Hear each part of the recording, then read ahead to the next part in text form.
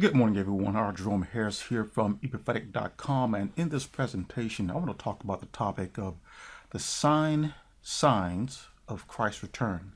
Now, I'm on the YouTube website, and I've keyworded the expression signs of Christ's return here, and look at the results. The first video is entitled 7 Signs of Christ's Return.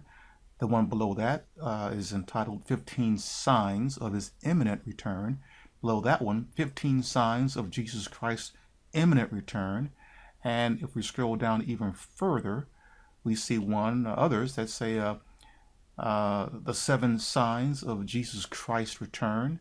Below that one, signs are building for us to see the return of Jesus Christ. Here's another that says the return of Jesus Christ, the 10 signs. And below that, signs and warning of the second coming of our Lord Jesus Christ.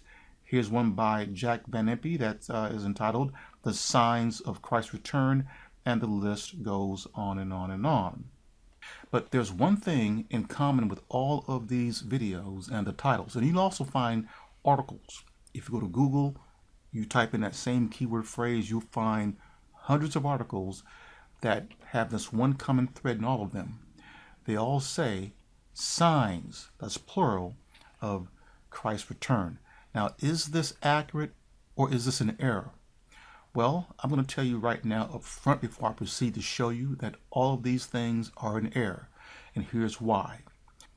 Let's now look at the discussion Jesus was having with his disciples there near the temple, and I'm going to click over to the BibleGateway.website just to show you that verse. And the verse that I'm going to show you here is at Matthew chapter 24, verse 3. And here we have Jesus speaking. Now notice this conversation. It states here that as Jesus was sitting on the Mount of Olives, his disciples came to him privately.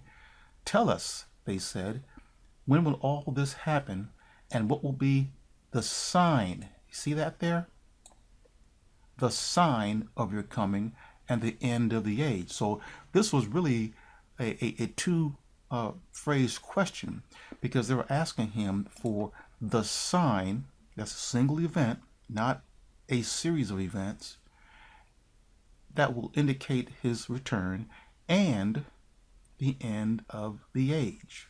So right off the bat, we know that those other videos that I just showed you there that had the title signs in them are incorrect.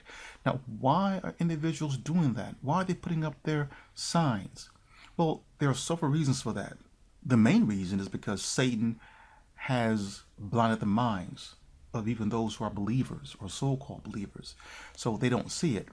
A second reason is they are simply following tradition. If you say something repeatedly all the time, signs, signs, signs, people latch onto that and they don't see what it just showed you there, the sign of your coming and the end of the age. And another reason, a third reason, is because they don't listen to the master. They're not listening. You have to understand that these religious organizations that exist on the earth today rise up out of a system, out of a world that Jesus Christ said that his kingdom is no part of.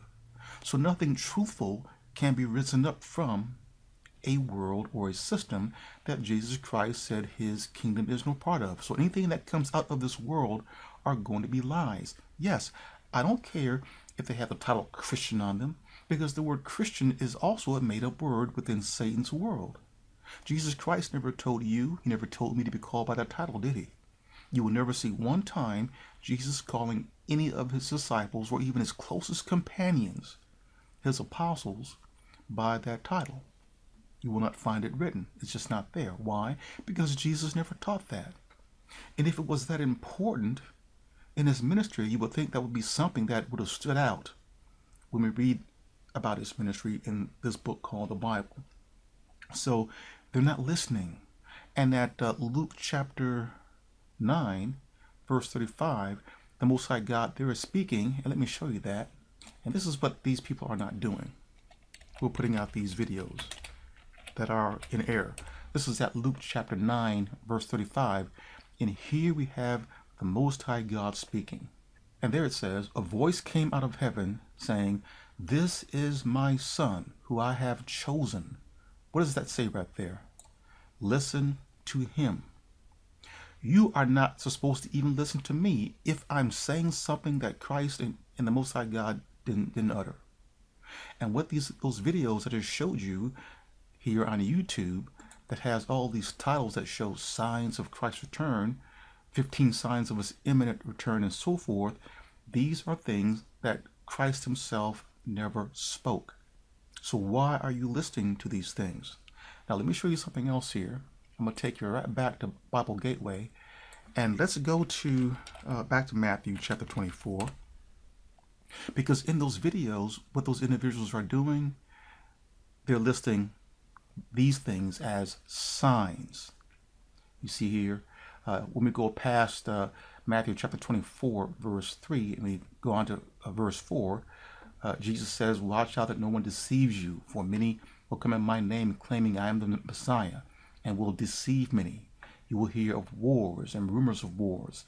See that you are not alarmed. Such things must happen. But notice here, but the end is still to come.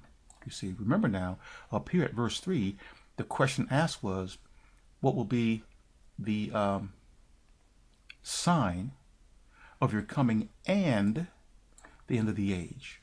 And right here it says, Jesus saying, but the end is still yet to come.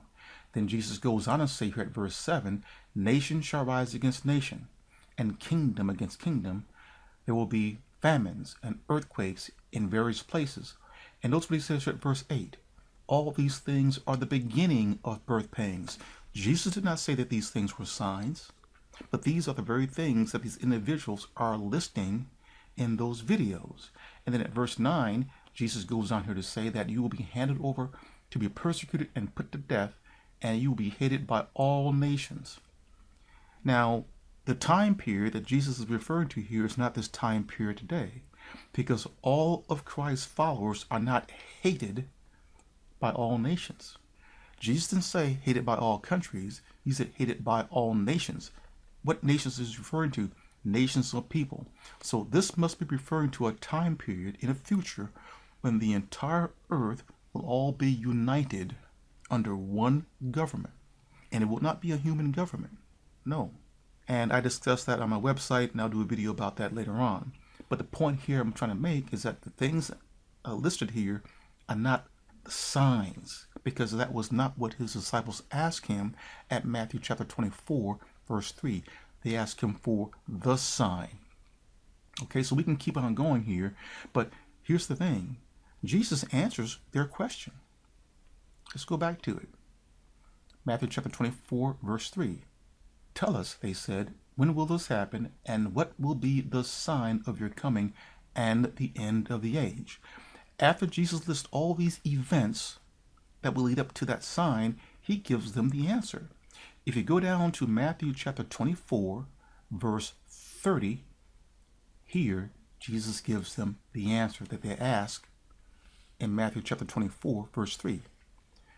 Here Jesus says, then will appear the sign of the Son of Man in heaven, and then all of the peoples of the earth will mourn when they see the Son of Man coming on the clouds of heaven with power and great glory. Now, look at this very closely. Then will appear, after all the events that Jesus had listed previously, those aren't the signs. He says, then will appear the sign. In other words, here's the answer to the question you asked me up here at Matthew chapter 24, verse 3. Then will appear the sign of the Son of Man. And where will that sign appear? It will appear in heaven. Now, Jesus isn't saying that they or we are going to look up and see some sign in heaven. No, that's not what he's saying right here. He's saying that the sign will appear in heaven. That is, within that realm, within an invisible realm. And only those individuals who reside there, that's the angels, Satan will be there. They will see the sign. No one on earth will see the sign because it appears in heaven. It's not saying it's going to appear in the sky. No, that's not what this means. And then it goes on to say, and then all of the peoples on earth will mourn when they see the Son of Man. Now, people think, oh, well, see right there, it says we're going to see the sign. It doesn't say that they're going to see the sign. It says they're going to see the Son of Man, okay? Not the sign. And the seeing here is not with the physical eye. It's perceiving that there's a change. Something has occurred. Because if something occurs in heaven, and if God purposes that it occurs on the earth, it's going to happen. So those who reside on the earth, we are going to know that there must have been a great change in heaven. Because if you really want to get deeply into this, you're going to find out that in the book of Revelation, and I discuss this on my website, that Satan is kicked out of heaven. Satan will be present at this event. Now, what is that sign? What is the single event that Jesus is referring to here? Well, we're given a hint. We're given a clue. It's right there in front of us. It says here that they will see the Son of Man coming on the clouds of heaven. Here it is, with power and great glory. Now, think about that. Who comes with great power and great glory? A king. At present, Jesus Christ is standing at the right-hand side of his Father. He has not been given something yet. What is that? He has not been given his kingdom. He has not been given his crown as king over the earth. This is what he's waiting for. And he stands patiently by his Father for his Father to coronate him as king over the earth for 1,000 years. This is written in the book of Revelation. I cover this on my website. Go visit it, e-prophetic.com. And so the sign that is seen in heaven or witnessed by those who reside in heaven naturally, no human being is going to heaven. Jesus made that perfectly clear at John chapter 3, verse 13. But those who reside in heaven will witness this great grand spectacle of the coronation of Jesus Christ by his Father as king over the earth.